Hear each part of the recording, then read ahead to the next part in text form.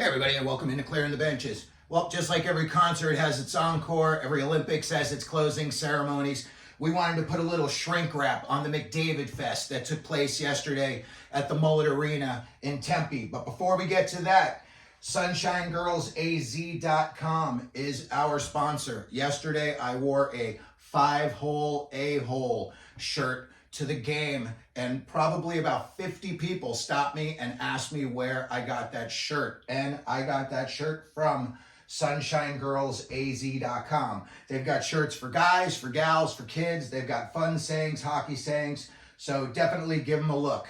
McDavidFest24.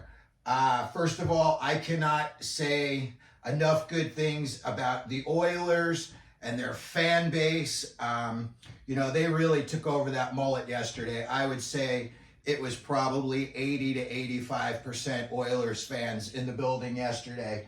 And I wanted to take a little second to give personal shout outs and thank yous to Gene Principe and Louis DeBrusque, who both let me interview them briefly yesterday before the game. And you can find those interviews at Clearing the Benches. The Oilers fans, there were a zillion of them. Most of them were wearing McDavid jerseys. I could say one thing, maybe a little history lesson here, but if you're an Oilers fan and you're under 40 years old, go back and Google guys like Mark Messier, Wayne Gretzky, Yari Curry. Yesterday at the game, a zillion McDavid jerseys, literally over 1,000 McDavid jerseys were in the stands yesterday. I saw one Gretzky jersey. I saw 2 Mark Messier jerseys, and much to my surprise and delight, I saw a 27 Dave Semenko jersey. If you don't know who Dave Semenko was, he was Gretzky's bodyguard when he was with the Oilers before he got traded to the Kings with McSorley. And it is a very, very grainy video, but Dave Semenko once had a boxing exhibition against Muhammad Ali. And I don't think it went so well for Semenko, but give it up to the guy. He was a brave guy. The game itself, let me tell you something. When you see McDavid and Draisaitl up close, holy cow, they are of like a different species. They're just bigger guys, the speed, the skill set, and, Oilers 20-2 in their last 22 games. They were down 3-2 in this game coming into the third period, and then fingo, they flipped the switch. It was like McDavid and Draisaitl turned the volume dial up to 11, and they lit it up. I know that McDavid had a couple of assists in that game. Draisaitl had a goal and a couple of assists.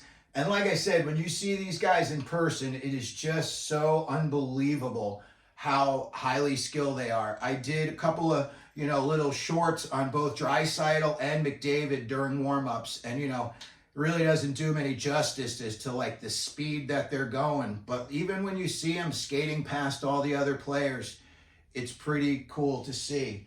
As far as the Coyotes go, they are in a funk right now. They have lost 10 straight. McDavidFest was just, looked like it was going to be a happy ending for them after 2 periods, but then they came out for the third, and the Oilers just lit them up. I'll say one thing, though. The goaltender, the kid that they played yesterday, they had to play him. The game before ended 17 hours earlier in Colorado. So they had to go from Colorado to the Mullett, sleep, get ready, get to the rink, get dressed, and play a game all in 17 hours.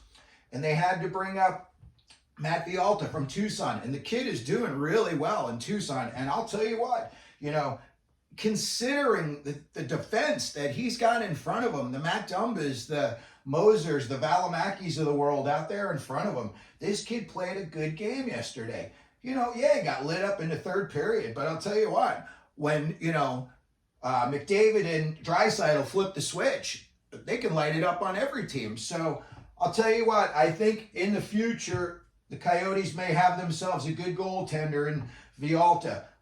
For sure, Gunther and Cooley have arrived.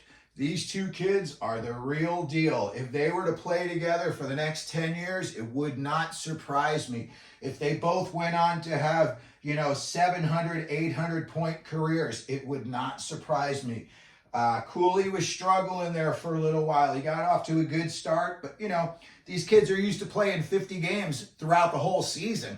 And now they're playing 50 games plus the travel, plus you're getting hit by NHL players. I really give it up to Cooley. He was struggling earlier in the year, but he stayed on it. The kid never stopped back checking. You can see him tracking in the defensive zone all the time when you're at the games. And ever since he got it with Gunther, boy, oh boy, is he happy. You can see he's opened it up offensively. Gunther is a bona fide sniper. Do not be surprised if within the next 3 years, Dylan Gunther scores 40, 50 goals. It is not out of the possibilities. Moving on to our next big event, we will be covering BedardFest24, which is coming to the Mullett on March 5th. Of course, we will put as many videos and fan interaction things that we can. If we happen to run into any, potential celebrities, of course, we'll try to get a word with them like we did yesterday.